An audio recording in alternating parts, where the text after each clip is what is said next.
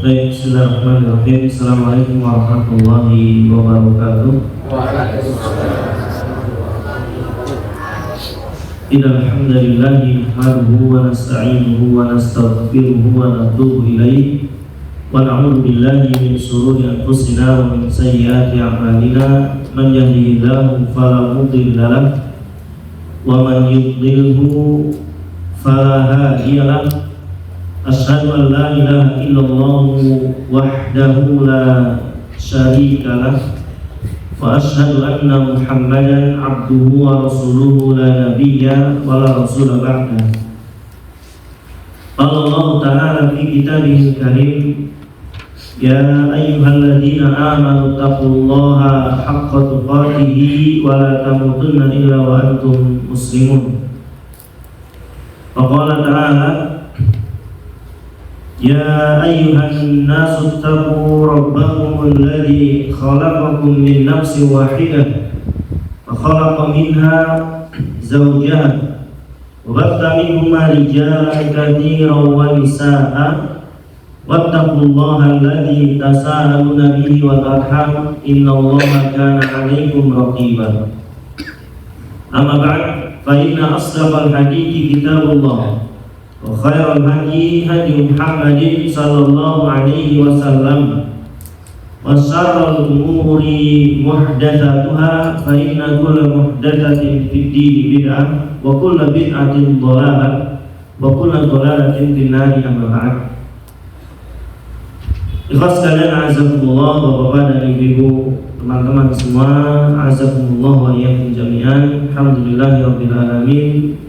Segala puji bagi Allah Subhanahu wa Ta'ala semesta alam yang alhamdulillah memudahkan kembali saya dan antum untuk kita bisa beribadah bersama, yang setidaknya ikhwani bila azakumullah sebagai pengingat untuk diri saya sendiri dan pada teman-teman semua bahwa manusia kelak ketika mereka telah diwafatkan Allah Subhanahu wa Ta'ala, ada beberapa perkara yang telah Allah tetapkan dan ini sudah menjadi kepastian. Di antara kepastian itu adalah bahwa setiap jiwa, setiap ruh, mereka akan digabungkan, disatukan dengan yang semisal. Karena Nabi yang mulia SAW beliau bersabda, innaka ma'aman ahbabta.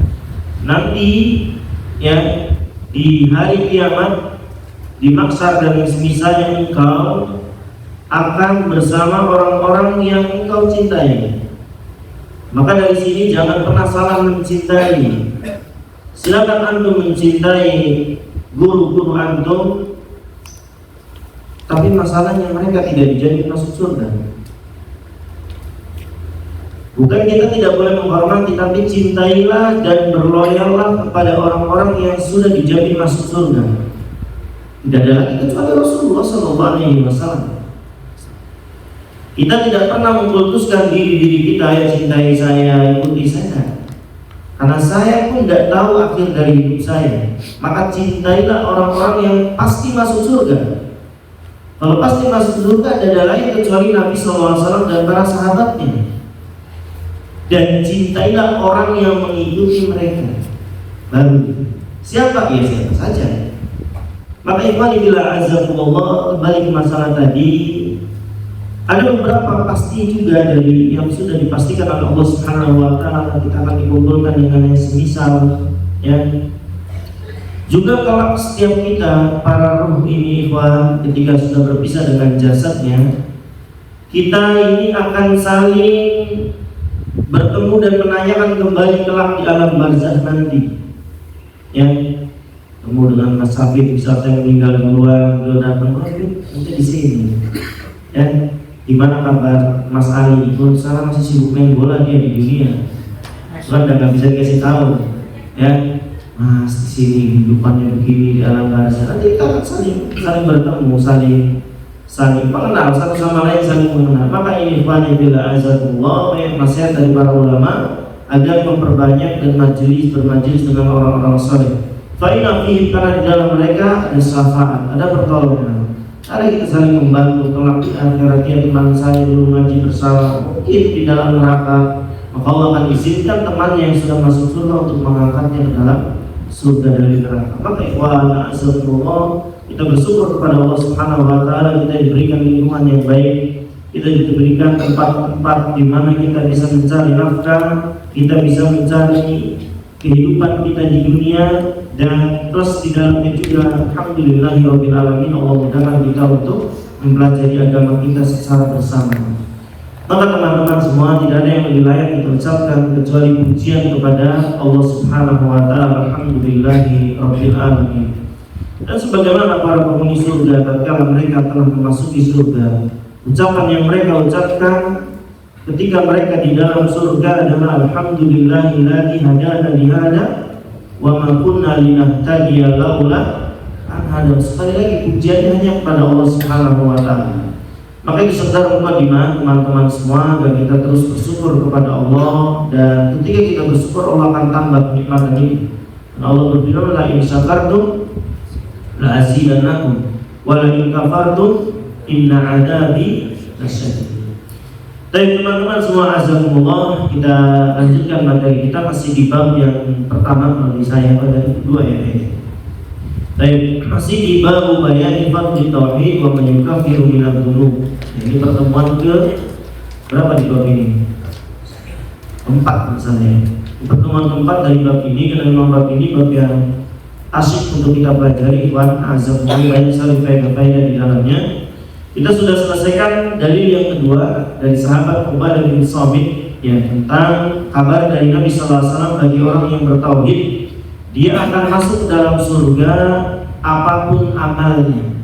Artinya ketika dia bersyahadat, bersaksi tidak ada Tuhan yang berhak disembah selain Allah, bersaksi bahwasanya Nabi Muhammad adalah hamba dan Rasul Allah, bersaksi bahwasanya Isa adalah hamba dan Rasul Allah yang diciptakan Allah Subhanahu wa taala dengan kalimatnya, dan ruh yang Allah Subhanahu wa taala tiupkan atas Isa bin Maryam, dan surga itu hak, neraka itu hak. Maka kata Nabi, adkhalahullahu jannata ala ma kana minal amal. Ya, kita bacakan tafsirannya ada 2. Ya, orang tersebut syaratnya telah masuk surga, maka nggak dilihat lagi amalnya, karena syaratnya semuanya sudah terpenuhi. Di antaranya tadi bersaksi ini, bersaksi ini, bersaksi ini, ala ma kana minal amal.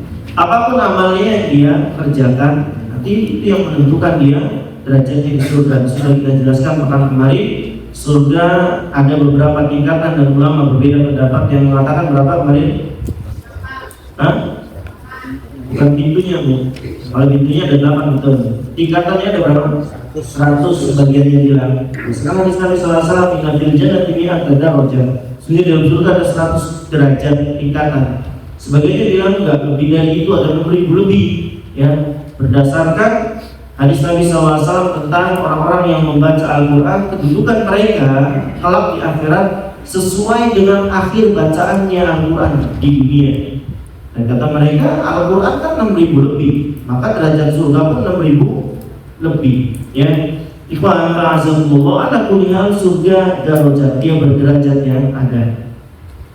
Dan tafsiran kedua dari adkhalahullahu ala makana minal amal, ya, Allah akan masukkan ke dalam surga ya sesuai dengan kondisi amalnya. Artinya tetap kalau dia bertauhid, ya Allah akan masukkan dia sesuai dengan tingkat amalnya, ataupun amalnya apapun kan berarti mau sholat, mau zakat, mau puasa, mau haji, mau umrah, mau sedekah. Tapi kalau dia bertauhid, nanti kita akan buktikan dan jadi setelahnya, Allah akan masukkan dia ke dalam surga. Ya kan ada orang masuk surga karena masih hidup seekor anjing. Ya kan gak besar amalannya maksud saya. Ya, ada orang yang menyingkirkan ranting dari jalan masuk surga. Ada orang yang menjaga wudhunya, bila salah satunya menjaga wudhunya, ya batal 10 wudhu, artinya gak besar. Ternyata masuk surga. Bahkan pernah saya kisahkan ke antum, sahabat yang bahkan gak disebut namanya, gak terkenal sama sekali, tapi Nabi menjaminnya masuk surga. Gara-gara dia setiap mau tidur, dia selalu memaafkan orang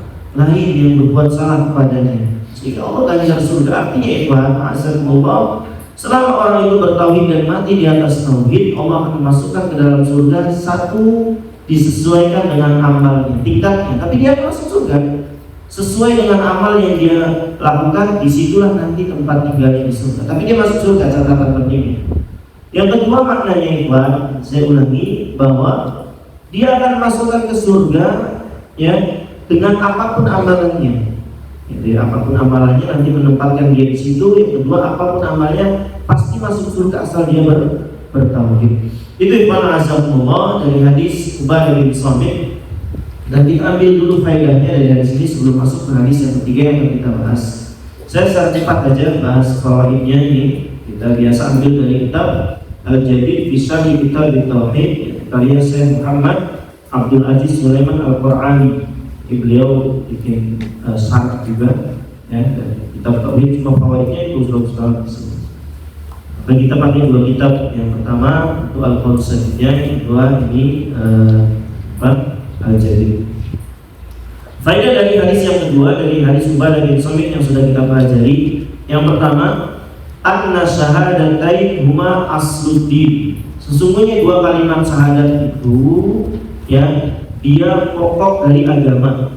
Ya, karena seorang ikhwan bila azabullah tidak bisa dia melakukan atau ibadah yang ada dalam Islam kecuali harus melewati gerbangnya dulu. Itu syahadatain.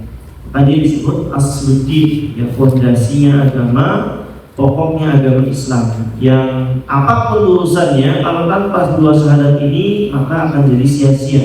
Ya, Allah katakan dalam Al-Quran, pahala-pahala kebaikan dia kelak di hari kiamat seperti habaan mansur, seperti debu yang berterbangan. Akibat gak syahadat.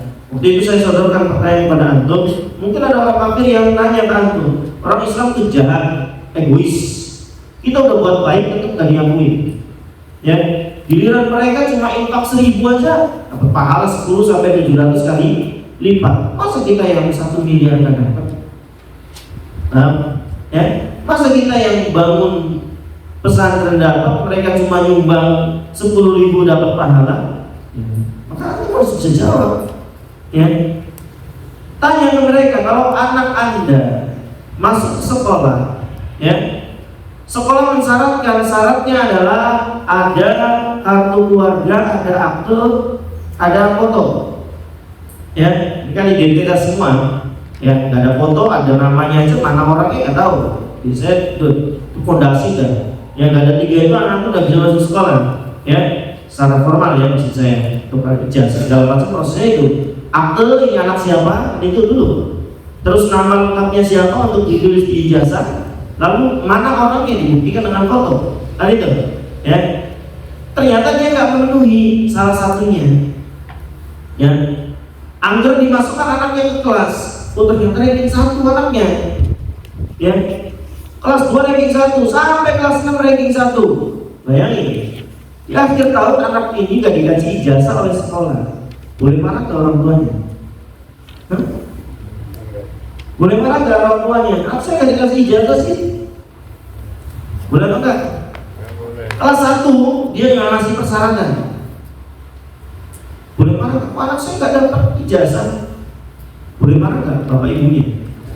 Padahal anak saya dari kelas 1 juara 1, nilai tertinggi. Nah, boleh marah nggak? Kalau saya nggak dapat ijazah, ya gampang jawabannya. Di ijazah saya tulis siapa namanya, kan ente nggak nyerahkan namanya, bang. Terus saya tulis di lembar ijazah fotonya nggak ada, ente kan nggak nyerahkan fotonya. Namanya siapa, tanggal lahirnya siapa, bapak ibunya siapa. Kan gak ada. Ya gak usah marah. Kenapa? Syarat dari awal itu sudah tidak terpenuhi. Ya ijazah kan perlu ditulis Muhammad Safin gitu. Ya Safin Ibnu siapa gitu kan.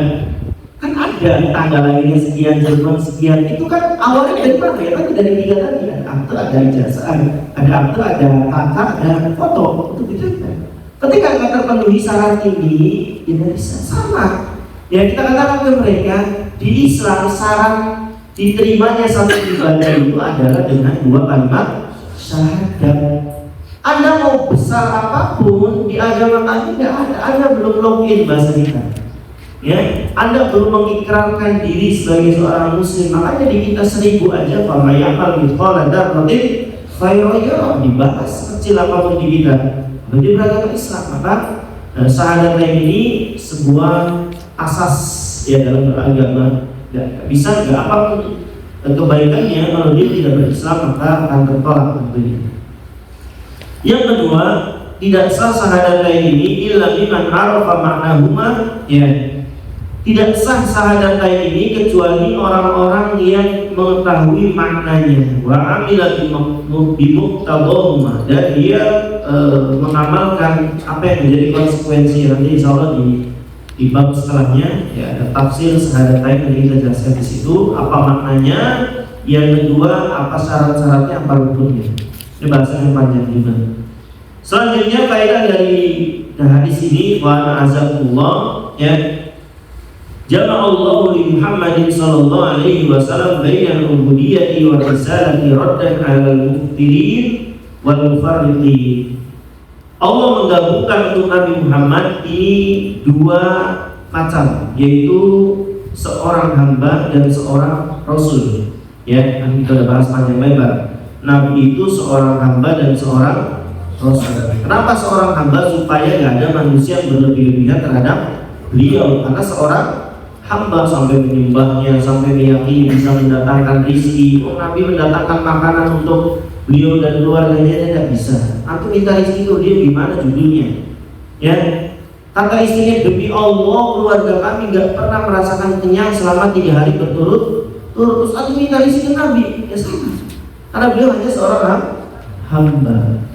Gak boleh kita berlebih-lebihan kepada beliau sallallahu alaihi wasallam. Ya Allah, lindungilah saya dari mara bahaya. Nabinya ini pernah kena pedang, sobek kepalanya. Kata Anas bin Malik, sujud Nabi sallallahu alaihi wasallam wa kusirat rubaiyahum. Sobek kepala beliau dan gigi beliau tanggal. Maka kita keselamatan ke beliau tanpa izin Allah tidak bisa.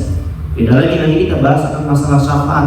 Wah, di situ kita akan tahu bangga sangat kita menjadi umat Rasulullah SAW. Banyak sekali keistimewaan yang Allah berikan kita menjadi umatnya Nabi Muhammad SAW. Nanti di bab tentang masalah syafaat insyaallah. Jadi Allah menggabung dua macam pada Nabi. Yang pertama, dia seorang hamba sehingga tidak boleh berlebih-lebihan. Nabi menyebut, ya la tudruni kama atratin nasara ibn Maryam. Jangan kalian berlebih-lebihan memujiku sebagaimana orang Nasrani memuji Isa bin Maryam. Tapi plus beliau juga sebagai seorang Rasul, nggak boleh antum merendahkan, nggak boleh antum hinakan. Bahkan ikhwan azabullah, dalam agama kita sesuatu yang sudah maklum bitur, orang udah nggak perlu dijelaskan ngerti. Antum sholat, antum bahaya, bisa lepas ke Islaman antum. Contoh mencela Allah, orang nggak perlu dikasih tahu Allah itu hanya orang Islam itu dimuliakan. Gak perlu dijelaskan, tahu orang kafir Yahudi Nasrani. Contoh, ada orang injak Al-Quran, sudah tahu ini kitab suci. Dan ampun orang seperti itu. Karena makruf perkaranya. Ya perkaranya itu makruf. Al-Quran itu anak kecil aja kalau jatuh, bahasa kita dari kecil nyium lagi. Saking hormatnya gitu kan. Ya dulu kayak kita kalau jatuh diangkat nggak bisa tuh kewet-kewet gini kayak bawa apa namanya? Iya. Bahwa orang aku harus melihat di dekat segala macam, semua nggak ada aturan yang baku, tapi ada hal penghormatan besar. Orang paham semua. Maka ketika antum mau guyonan, mau enggak menghinakan Al-Quran, bukan ya? Paham?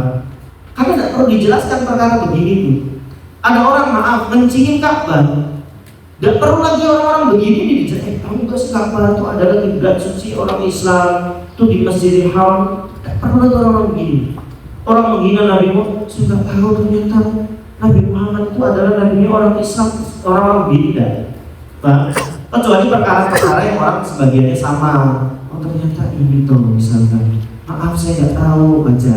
Tapi ada beberapa perkara yang sudah makruf, orang kafir aja tahu gitu tuh. Anak kecil aja tahu yang begini atau hati-hati, jangan main-main kayak gini-gini.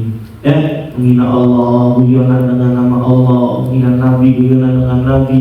Al-Quran ya, yang sudah makruf. Jadi kalau bilang azamul aja yang seperti ini ya, termasuk Rasulullah SAW. Beliau seorang Nabi dan Rasul yang nggak boleh untuk main-mainkan ucapannya, mau nama-namanya apa saja hati-hati. Dan 10 pembatal keislaman salah satunya adalah istihza ya, bahasa kita guyonan tentang syariat itu banyak kita. ya, hati-hati kan, ya. Guyonan itu masih banyak, ya. Untuk tahu saya juga guyonan itu ya, cuat ya bisa, tapi ya ada perkara-perkara yang kita punya batasan, tidak bisa saya masuk ke situ. Ya, maka kita harus meninggalkan majelis-majelis yang guyonannya tak agama. Tapi lanjut, wa azakumullah, begitu Nabi Isa faedah setelahnya, iqbal kemudian Isa yang berisal tidak menetapkan tentang kemudiannya Nabi Isa, ya Nabi Isa seorang hamba, ya, dan seorang rasul sama seperti Nabi SAW. Dan ini membantah wa hadza raddun 'ala an-nasara alladziina za'amu annahu Allah Subhanahu wa ta'ala. Ini juga sekaligus bantahan kepada orang Nasrani yang menganggap Nabi Isa itu anaknya Allah. Ya, ini juga sekaligus bantahan kepada orang Yahudi bahwa Isa itu hasil dari persinahan ibunya yaitu Maryam dengan manusia lain. Ya, karena mereka nggak bisa menerima dengan akal mereka gimana ada bayi ya tanpa ada seorang bapak, ya. Baik, menetapkan faedah selanjutnya itsbatu sifatil kalami lillahi ta'ala, menetapkan sifat kalam, sifat bicara bagi Allah Subhanahu wa taala. Ada hadisnya bunyinya apa? Ya, wa kalimatuhu alqaha ila Maryam, dan kalimat Allah, nanti Allah bisa berbicara sesuai dengan keagungan Allah Subhanahu wa taala. Kapan Allah akan bicara seperti apa dan semisalnya, nanti akan masuk kita ke bab masalah malaikat tidak layak disembah. Nanti di situ kita akan tahu Allah Subhanahu wa taala mengucapkan sesuatu yang Allah inginkan apa saja. Lanjut, insyaallah akan ada pembahasannya sendiri, teman-teman. Lalu itsbatul ba'ts, faedah selanjutnya menetapkan adanya hari berbangkit, ya, hari berbangkit. Kelak manusia akan dibangkitkan, ya, dan disesuaikan dengan amalnya masing-masing. Ada yang mirip, yang dua istri gak adil, ya, masuk yang mirip yang punya anak berapa gak adil. Condong pada salah satu, kita nggak bicara hati teman-teman.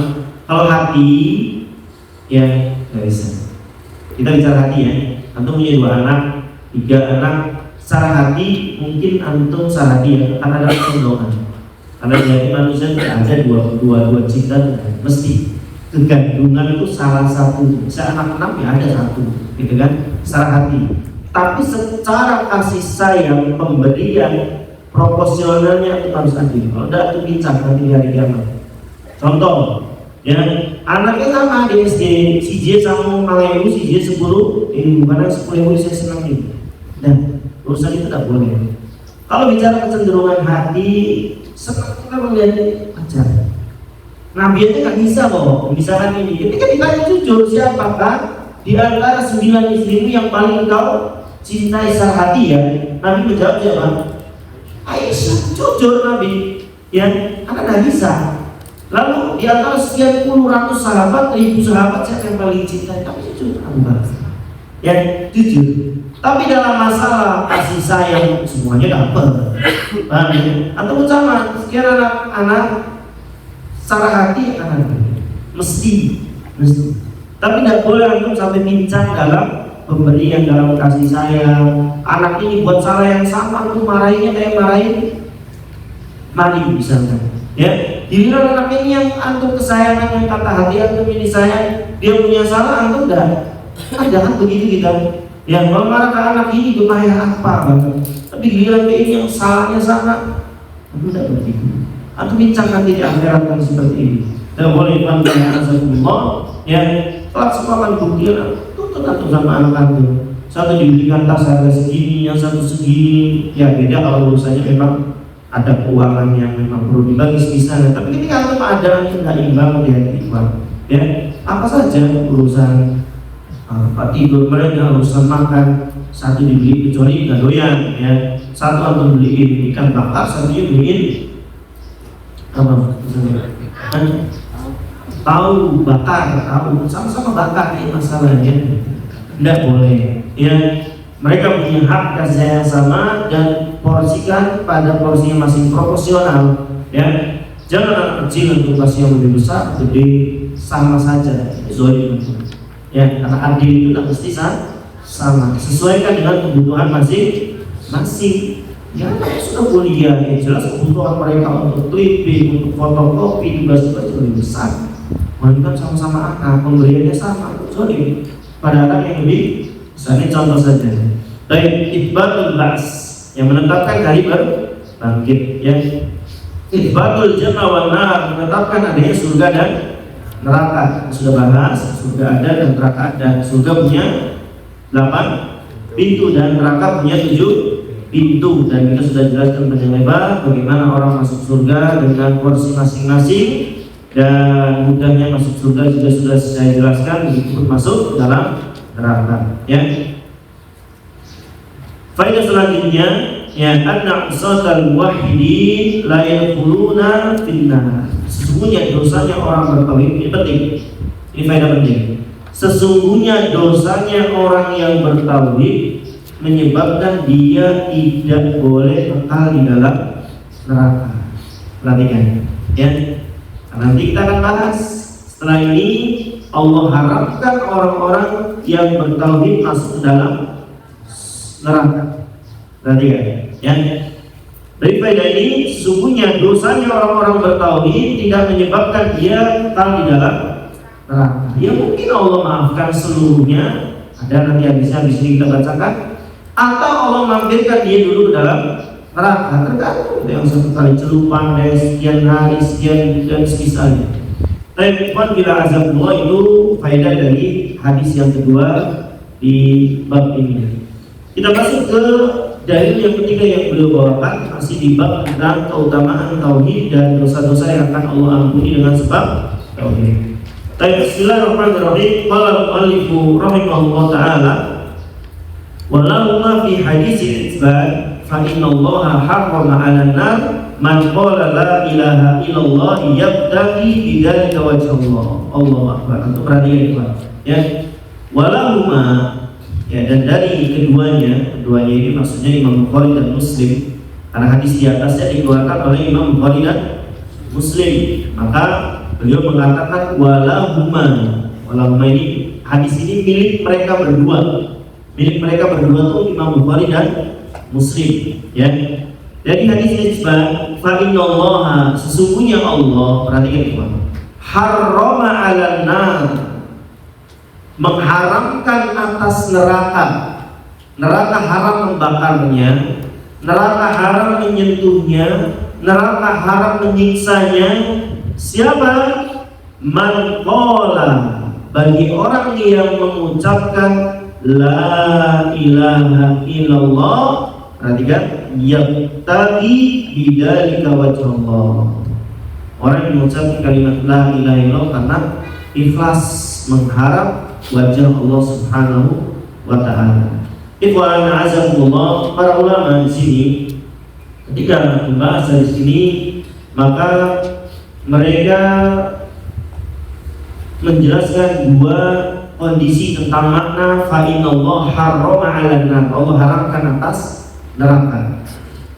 Pertama, mereka mengatakan ada yang namanya at-tahrim al-mutlaq. Catat penting, ya. Sama, orang ini dijamin masuk surga. Itu dua kondisinya, dijamin masuk surga, benar-benar langsung masuk surga, atau masuk surga tapi mampir dulu ke neraka. Paham? Ketika aku dengar ada keterangan dijamin seperti Nabi SAW mengatakan, man akhiru kalamihi la ilaha illallah dakhalal jannah. Siapa yang akhir ucapannya la ilaha illallah, dia pasti masuk surga. Nabi katakan pasti, ya. Pasti di sini dua maknanya. Pasti langsung. Yang kedua, nggak langsung. Ternyata ada hutang banyak dia. Ternyata ada hak orang yang dia makan. Ya, tidak bisa. Maka dia dijamin masuk surga tapi mampir dulu ke neraka. Sama, ini pun sama, Iqbal. Ada yang namanya at-tahrim al-mutlaq, haram mutlak, artinya sama sekali orang ini nggak boleh disentuh api neraka. Tafsir dua, ya. Sesungguhnya Allah haramkan atas neraka membakar, menyiksa orang yang mengucapkan la ilaha illallah, orang bertauhid. Ya, la ilaha berarti orang yang bertauhid. Makna pertama adalah dia sama sekali tidak masuk ke dalam neraka. nanti datang dalil setelahnya mendukung. Ya, hadis tentang bitokoh, orang punya 99 dosa ditimbang dengan kalimat la ilaha illallah. Di sini saya bacakan hadis. Penguat, ya. Haram sama sekali dia menyentuh api neraka, haram menyentuh dia sama sekali, sedikit pun tidak boleh. Ini makna pertama. Yang kedua, makna kedua adalah ya mutlaqut tahrim. Ya, mutlaqut tahrim ini dia haram kekal di dalam neraka. Enggak boleh kekal. Paham? Kalau yang pertama sama sekali enggak boleh masuk neraka. Makna kedua, dia haram kekal di dalam neraka. Kalaupun dia masuk tapi tidak kekal, haram hukumnya kekal di dalam neraka. Ya kita lihat urusan-urusan adabi, biasanya urusan-urusan dengan manusia yang repot tuh. Ya, kalau urusan dengan Allah, Allah Maha Pemaaf, Al-Afu. Ya, Allah Maha Pengampun, Al-Ghafur. Jelas. Ya, Allah Maha Karim, Allah Maha Baik, Allah Ar-Rahman Ar-Rahim, Makasih dan semisalnya.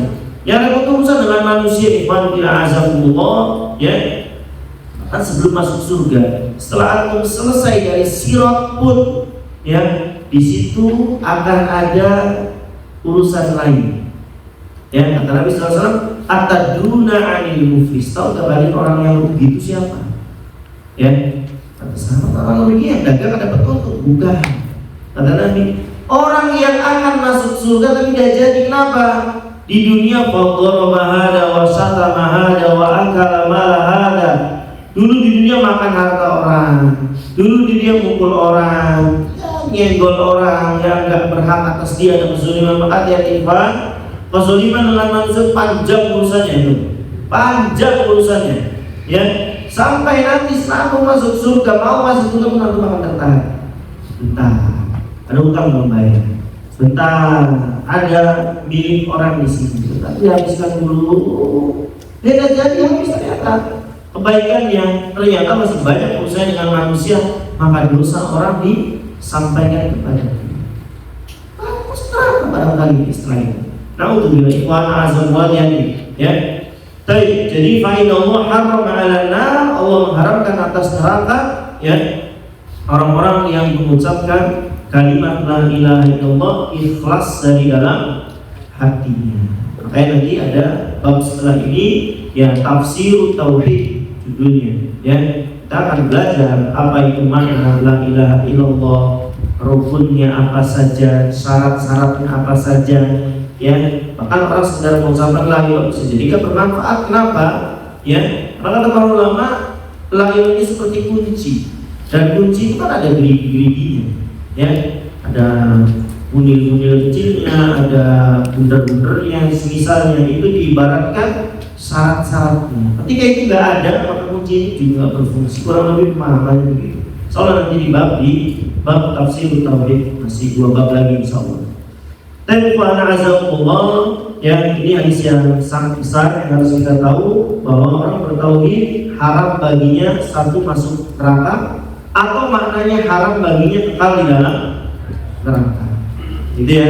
Sama, ketika orang dijamin masuk surga pun maknanya 2. Bisa jadi dia langsung masuk surga, seperti hadis yang sudah kita lewati, sab'una alfan yadkhuluna al-jannata bi ghairi hisabin wala adzab. Kata Nabi, ada 70 umatmu yang kata Jibril alaihissalam yang bisa masuk surga tanpa hisab, tanpa adzab. Ada juga yang harus mampir dulu ke dalam neraka, ya, lalu dia dimasukkan ke dalam surga. Bahkan kemarin sudah saya jelaskan panjang, ya, tentang orang yang terakhir kali keluar dari dalam neraka dan terakhir kali masuk surga. Baginya 10 kali kenikmatan dunia, dan seluruh apa yang dilihat di surga itu menjadi miliknya. Ya, pada baik, nikmatnya luar biasa.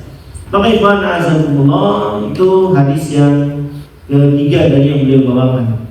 Termasuk hadis yang keempat, ya, hadis yang keempat. Tapi hadis ini dhaif. Saya ulangi. Dalil keempat yang beliau bawakan ini hadisnya dhaif. Tapi nanti ada hadis pendukung. Ya, saya bawakan 2 hadis pendukung. Satu riwayat Imam Bukhari wa azamullah, ya. Dan hadis yang nanti kita bawakan juga hadis sahih yang tentang masalah bitokoh tadi, ya. Dan bila azamullah, kita baca hadisnya, tapi tidak apa-apa, kita baca dulu maknanya betul. Ya, kadang begitu hadis itu. Seperti hadis Nabi, ad-du'a'u mukhul ibadah. Kalau kata dengan mukhul itu dhaif. Artinya sama, doa adalah ibadah. Tapi kalau lafadznya ad-du'a'u mukhul ibadah itu hadisnya dhaif. Yang sahih adalah ad-du'a'u huwal ibadah. Pakainya huwa. Yang dengan kata huwa sahih. Maknanya sama-sama, doa adalah ibadah. Yang ini juga artinya doa adalah ibadah. Tapi itulah tetapnya ulama ahli hadis. Antum bedakan satu huruf aja bisa jadi dhaif. Paham? Dan antum tidak boleh bawa sembarangan hadis. Man kadzaba alayya muta'ammidan falyatabawa maq'adahu minan nar. Maka kami dulu oleh guru-guru kami dan ingat awal-awal kami mulai menghafal, Ustaz Yazid bilang jangan coba-coba menghafal hadis dhaif. Sudah hafalkan yang sahih aja semua, dhaifnya nggak usah dihafalkan lafadznya, tinggal itu pahami aja maknanya. Ya, jadi nanti ketika kita istighfar ceramah gini, khawatir dia keluar. Tapi kalau sudah hafal hadis dhaif, kita kan nggak bisa keluarkan, paham nggak?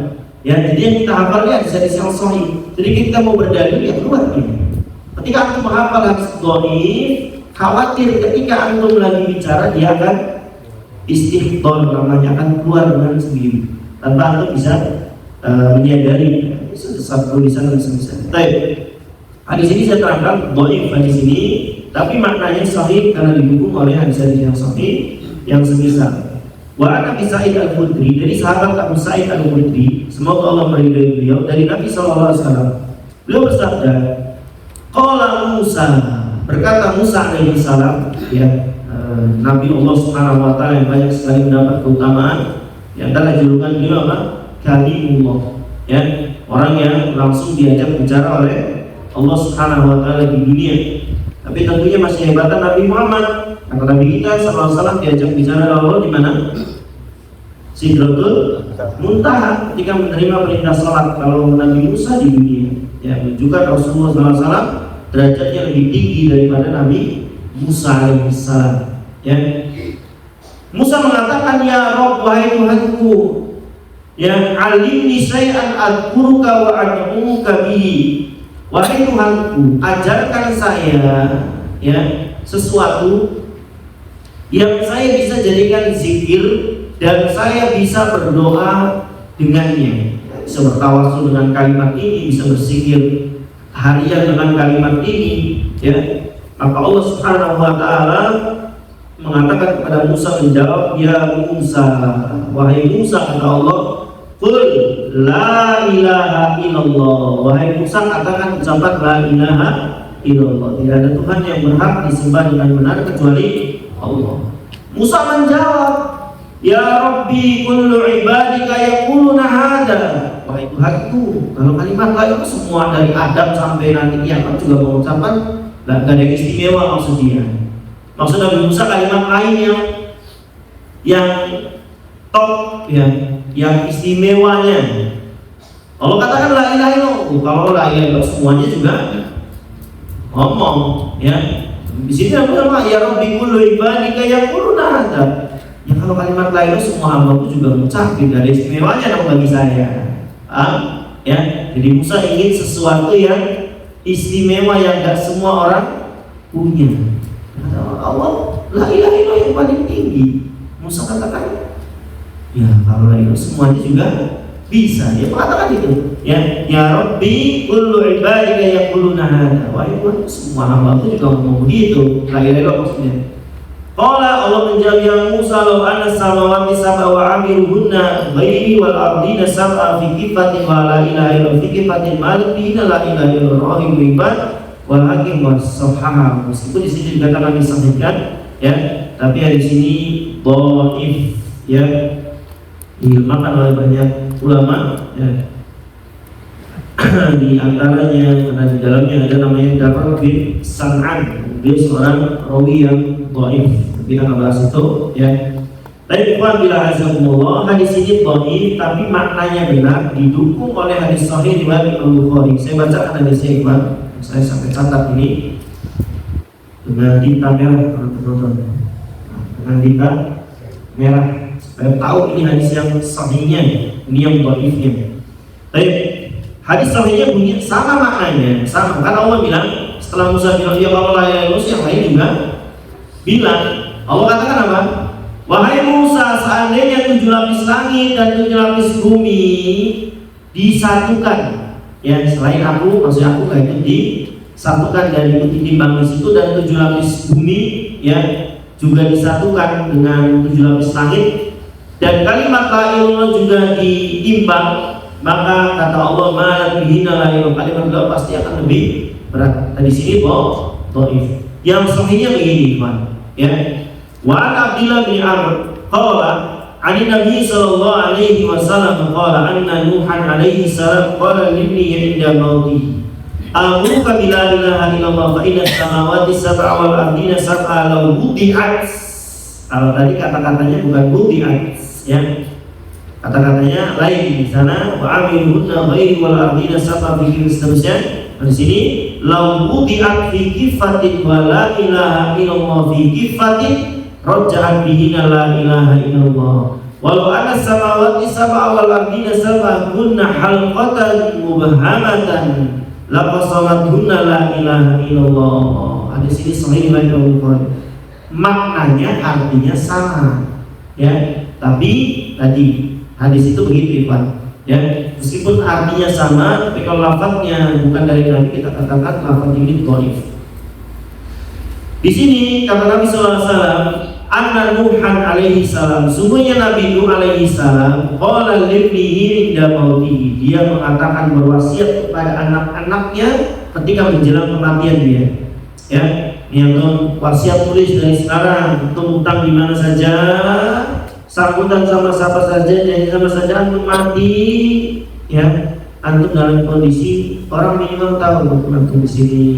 Barangkali minta diputihkan nanti, maaf kami juga ekonomi tidak bagus, ternyata suami kami punya hutang ya, nanti minta diputihkan, syukur-syukur bisa diputihkan dan semisalnya. Ya, untuk perlu tulis yang seperti ini ya ikhwan azakumullah, ini penting. Musa alaihissalam cuma di sini wasiatnya bukan masalah hutang ya, di sini wasiatnya tentang la ilaha illallah. Qala libnihi ila mauti, dia berkata kepada anaknya ketika menjelang kematiannya. Jadi di kisah Nabi Musa Nabi Nuh ketika menjelang wafat ya, dia mengatakan kepada anaknya, amuruka bila ilaha illallah, saya perintahkan kalian untuk mengucapkan kalimat la ilaha illallah, kalimat tauhid.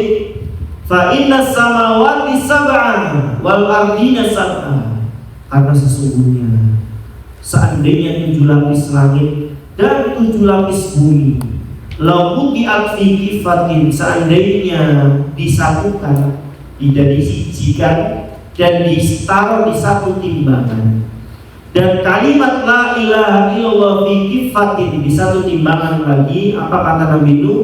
Rajat bihina la ilaha illallah, kalimat la ilaha illallah pasti lebih berat dari 7 lapis langit dan 7 lapis bumi. Makanya nanti di hadis Bitoko kalimat la ilaha illallah ditimbang dengan 99 dosa, lebih berat mana?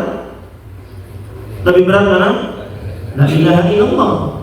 Nanti habis ini saya bacakan hadisnya. Ada orang punya 99 dosa ditimbang dengan la ilaha illallah lebih berat dari kalimat la ilaha illallah. Dari sini sudah jelas.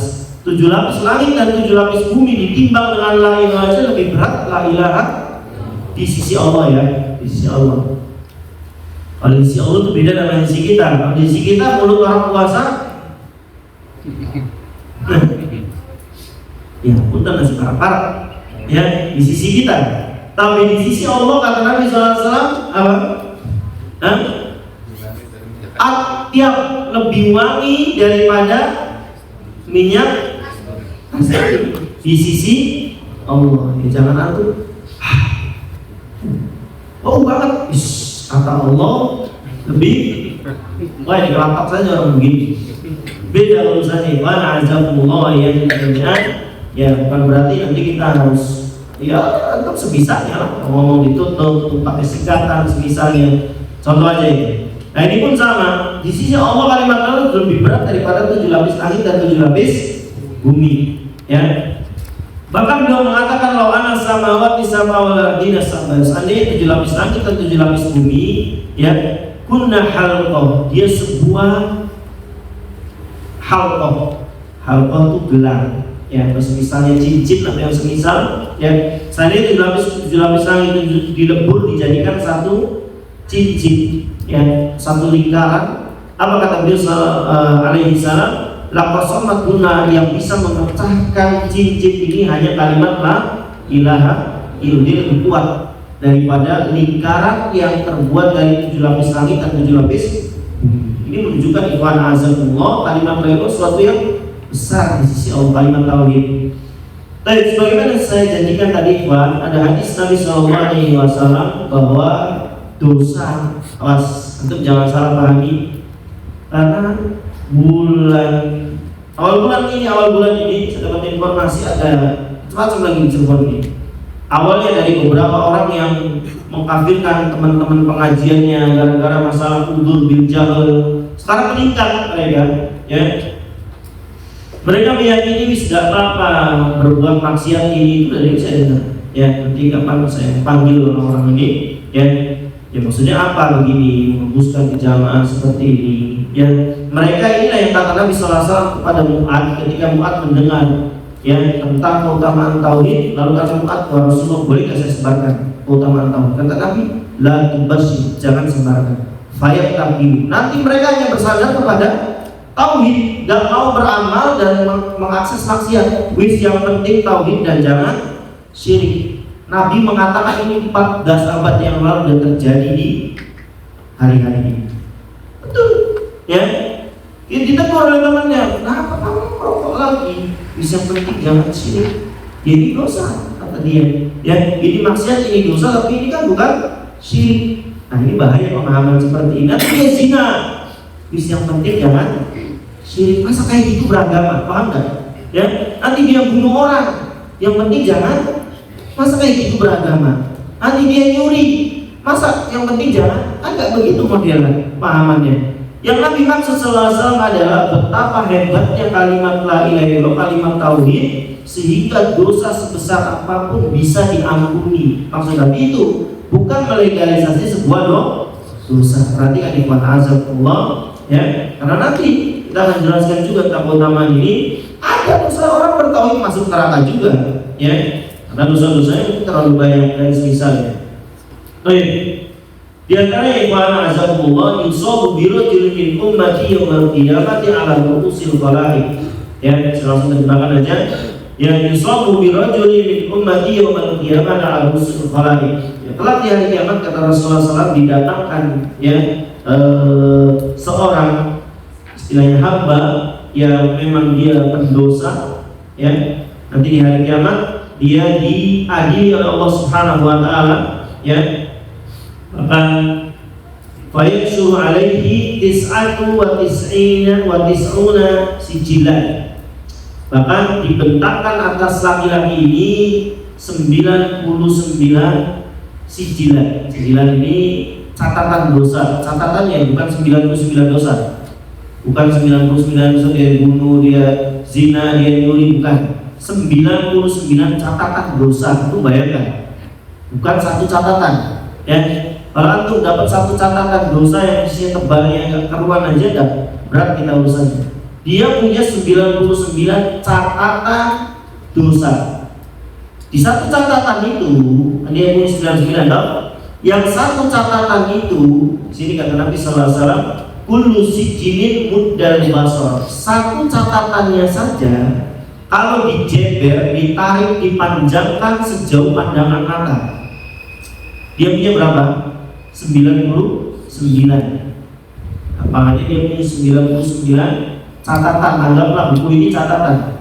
Dia punya 99 jilid. Yang satu jilidnya ini, satu kitabnya ini, kalau dijeber, ditarik sejauh mata memandang, kayak apa coba orang dosa ini? Paham? Baik, kita baca setelahnya. Tsumma yaqulu Allah azza wa jalla, Allah Subhanahu wa taala berfirman kepada dia, "Atunkiru min hadza syai'." Ya, ini rahmat Allah Subhanahu wa taala untuk harus tahu dan sekaligus membantah orang-orang yang tidak memberikan uzur bil jahl kepada saudara sama muslim. Allah mengatakan, "Hal tunkiru min hadza syai'." Padahal Allah Maha tahu. Ya. Allah nggak main bedak sudah model ini neraka sudah. Nah, ya Allah bertanya gitu. Kamu ngerasa nggak dosa ini? Hari ini kamu lihat film jorok.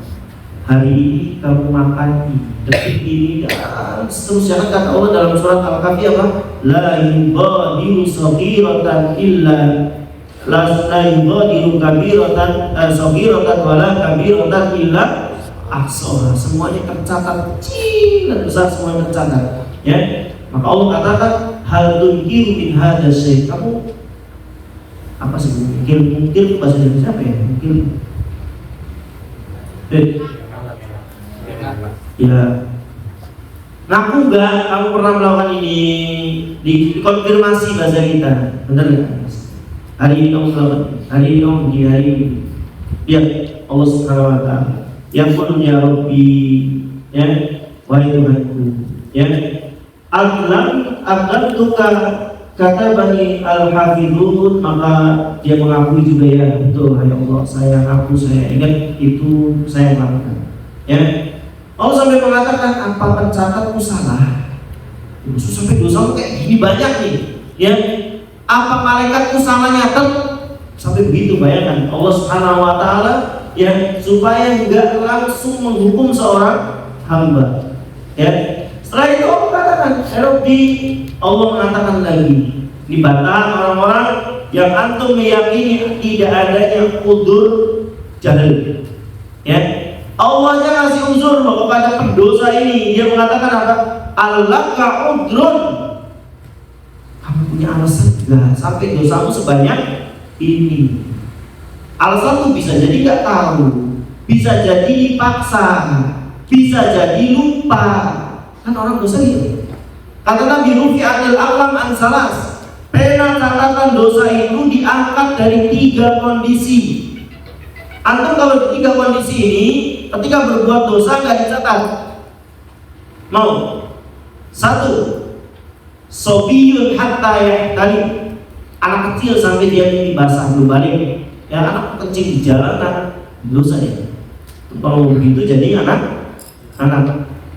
Yang kedua, an-naimu hatta yastayqir, kata Nabi. Orang yang tidur sampai dia bangun. Artinya tidur, mau dia mimpinya tidurnya maksiat, ya nggak dosa. Namanya juga mimpi. Ya. Yang ketiga, majnunun hatta yaqil, orang gila sampai dia waras. 3 golongan ini tidak dicatat dosa mereka. Di dalamnya ada anak kecil yang setara dengan tidak tahu. Gila setara dengan lupa. Paham? Ya. Dan atau lihat di sini pada azakumullah, Allah sampai dari awal kamu ngaku tidak, benar nggak? Dikonfirmasi dulu. Iya, kata dia. Allah nanya lagi, jangan-jangan malaikatku yang salah. Sampai banyak begini catatan dosamu. Enggak, betul. Malaikatku betul, ya. Lah, Rabbi betul. Malaikatku betul. Allah bertanya lagi, Allaka udrun, sampai begitu coba. Kamu punya udur enggak? Artinya nanti nggak jadi diazab. Oh, banyak banget. Ada yang maksa nggak kamu? Hah? Ya? Kamu tahu nggak ini dosa? Kamu uzur semua, ya? Ada di hari kiamat, dan ini kisah sahih ada dalam kitab Sahih Qasas juga. Ada bapak yang minta wasiat ke anaknya, kalau saya mati bakar saya jadi abu, ditebar di paruh jadi lorong abu bakaran bapaknya ini. 1 nanti kalau angin gede ditebar ke udara, kan kencang nanti. 1-nya ditebar ke lautan. Kenapa? Nanti biar Allah nggak bisa ngumpulin saya. Begitu. Kan ini kekafiran, Tuhan. Dia mengingkari hari berbangkit. Siapa yang mengkafirkan orang yang mengingkari hari berbangkit? Allah langsung. Dalam Al-Quran Allah katakan za'amal ladzina kafaru alla yub'atsu. Ya. Orang yang mengatakan hari berbangkit itu nggak ada, kafir, kata Allah. Ya, jangan sendiri kafirin. Allah yang bilang za'amal ladzina kafaru alla yub'atsu. Nah, laki-laki ini, bapak ini mengingkari hari kebangkitan. Dia pikir Allah nggak akan bisa ngumpulin serpihan debu saya lagi. Ya, yang satu sudah ke kutub utara, yang satu ke dasar laut. Dia pilih 2. ketika angin lagi gede di taburnan mencatat, yang satu ketika air lagi banyak tebar ke lautan. Anggapan dia Allah nggak bisa ngumpulin lagi. Ya. Artinya ini kekafiran itu. Di hari kiamat dipanggil oleh Allah Subhanahu Wa Taala, kenapa engkau melakukan ini? Ya saya takut padamu ya Allah. Poin pentingnya Allah maafkan dia. Kenapa? Karena dia satu melakukan tindakan kekafiran ini dengan tidak tahu. Paham? Dia nggak tahu Allah bisa ngumpulin. Ya tahu? Dia kira Allah nggak bisa ngumpulin. Kan kafir. Allah tadi katakan za'amal ladzina kafaru an la yub'atsu. Ya. Ada juga Mu'adz bin Jabal, banyak kelasnya Mu'adz bin Jabal. Itu kan dari topnya Nabi. Diutus ke negara Yaman dia sendirian. Yang apa itu nggak cerdasnya luar biasa, suruh menghadapi orang Yahudi di sana. Orang cerdas-cerdas juga. Balik ke Madinah itu sujud kepada Nabi. Saya nanya, hukum sujud kepada manusia apa? Ya kan tak boleh sujud kepada manusia. Mu'adz loh, dahinya Nabi datang ke Rasulullah sujud. Karena Nabi begini. Mu'adz bilang apa? Ya kami di sana, karena lama dia di sana. Kami di sana kalau hormat kepada pemimpin kami dengan cara sujud, Islam tak boleh. Nabi nggak bilang sadat lagi kamu kafir. Enggak. Kenapa Mu'adz tidak tahu? Paham Pak? Jadi orang tidak tahu, orang lupa, orang dipaksa, tidak ada dosa bagi. Baru setelah dia tahu dia langgar, setelah ngerti dia langgar, dan diingatkan berkali-kali paham, anggar begitu, maka tegak hukum atasnya apa yang perlu ditegakkan. Lihat, Allah aja bilang Allah gak udrun, minta udur Allah. Kamu punya udur enggak? Dosamu banyak banget. Paham? Ya? Ya kalau bisa jangan diazab, karena Allah rahmat, Allah sayang sama hambanya. Bayangkan ditanya kamu ingat enggak barangkali malaikat saya yang salah nyatet, kamu punya alasan enggak? Padahal Allah tahu. Allah dosa. Masukkan aja dia itu. Dia 3 menit lagi. Tentunya kalau 10 menit sebelumnya udah gitu. Ini lebih sedikit. Ini panjangnya masih panjang banget, karena azakumullah ya, masih panjang. Sisi 34 lagi. Gimana? Sedikit lagi aja habis ini. Tapi nanti cepat banget ya. Fayaqulu bala. Ya, dia mengatakan enggak, saya enggak ada uzur, saya tahu itu dosa. Hawa nafsunya lebih besar ternyata dia. Ya, itu dosa dan enggak ada yang paksa saya, enggak ada yang nyuruh saya. Pokoknya itu atas kesadaran dan pengetahuan dia melakukan dosa. Berarti fix itu dosanya dia. Baik. Karena sudah Allah nanya ada alasan enggak? Ya, kamu tahu enggak ini dosa? Dan misalnya ternyata dia mengakui semua sudah. Dia fix dosa dia. Maka Allah Subhanahu Wa Taala mengatakan Allah hasanah. Kamu punya kebaikan enggak? Apa kata dia? Ya. Fayahabur rajul fayaqul la, ya Allah saya enggak punya kebaikan. Ya, saya enggak ada kebaikan sama sekali menurut dia. Tapi Allah itu adil. Pernah berjanji famay ya'mal mithqala dzarratin khairan yarah. Dari sini aku tidak boleh takut berbuat baik, Allah pasti akan balas. Mungkin aku lupa ya, ngasih sebutir makanan kepada kucing. Antum mungkin lupa pernah ngasih 1000 kepada orang miskin. Antum mungkin lupa pernah bantu orang. Tapi Allah la yadillu rabbi wa la yansa. Allah tidak pernah salah dan tidak pernah lupa. Perhatikan Ikhwan ya. Dia mengatakan orang ini lupa kalau berbuat baik. Kata Allah Subhanahu Wa Taala, kata dia la ya Rabbi, saya enggak punya kebaikan. Fa yaqulu innalaka indana hasanah. Tapi di sisi kami, di catatan kami kamu punya kebaikan. Dia enggak tahu kebaikannya. Wa innaka lam tudlam 'alaika al-yawm. Hari ini kamu enggak akan dizalimi, tenang. Hari ini kamu enggak akan dizalimi, semua ditimbang. Di sisi kami kamu punya kebaikan. Ya. Batu rojulahu bitokoh, maka dikeluarkan untuk laki-laki ini sebuah bitokoh, sebuah kartu. Ya, ajibnya kalimat la ilaha illallah teman-teman. Antum rugi banget gak belajar tauhid, rugi demi Allah. Ya, Maka dikeluarkannya sebuah bitokoh, sebuah kartu, ya. Maka ya fiha asyhadu an la ilaha illallah wa anna muhammadan abduhu wa rasul. Di bitokoh ini, di kartu ini tertulis kalimat la ilaha illallah Muhammad Rasulullah, kalimat syahadat kita. Baik, ya. Maka laki-laki ini menjawab, fayaqulu ya Rabbi, wahai Tuhanku, ma'aki bitoko ma'ahadi sijila, wahai Tuhanku. Bahasa kita apa sih? Ya, ngaruh apa? Ya, satu kartu dengan 99 catatan, bukan 99 dosa ya, 99 catatan dengan satu, bahasa kita ngaruh apa? Efek apa? Satu dengan 99.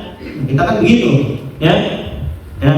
Artinya ikhwan bila azalullah, ini luar biasa di sini. Maka Allah tetap menjawab, innaka latudlam, engkau gak akan dizolimi. Sudah, pokoknya harus timbang, semua harus timbang. Sekecil apapun ditimbang, sebesar apapun ditimbang. Fakudu sijilat bikifatin, dan ditaruhlah 99 catatan tadi ke sebuah timbangan. Ya, timbangan makruf, nanti ada yomul mizan, timbangan kanan kiri sebagaimana kita sekarang. Wal bitaqatu fi kifatin, dan kalimat la ilaha illallah yang tadi ditoko tadi, kartu tadi di satu timbangan, yang satunya apa kata Nabi SAW? Faqasat sijillat wa taqulat bitaqah, maka 99 ini menjadi ringan dan la ilaha menjadi berat. Ini maksud dari judul bab ini. Semua dosa akan Allah ampuni dengan sebab tauhid. Paham? Jadi ikhwan azamullah, antum serius belajar tauhid, antum serius belajar akidah, karena kerugian besar antum ketika nggak memahami ini. Segala utamanya antum akan terlewat, semua kebaikannya antum akan terlewat. Lebih parahnya antum nggak tahu kesyirikan, bahaya lagi. Antum sudah cepat-cepat sholat, ibadah ini itu, ternyata antum masih berbuat syirik. Az-Zumar ayat 65, lain asrafta la yahbatan amal. Kalau kau berbuat syirik, hapus seluruh amal. Jadi rugi. Ikhwan bila azam, kau paham tauhid dan kau paham syirik.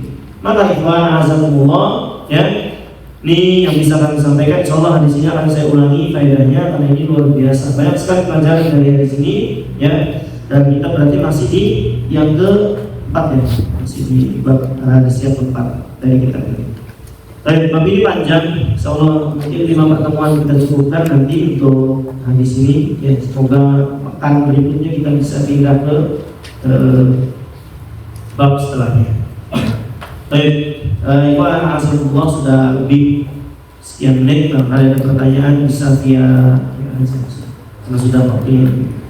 Baik, barakallahu fikum.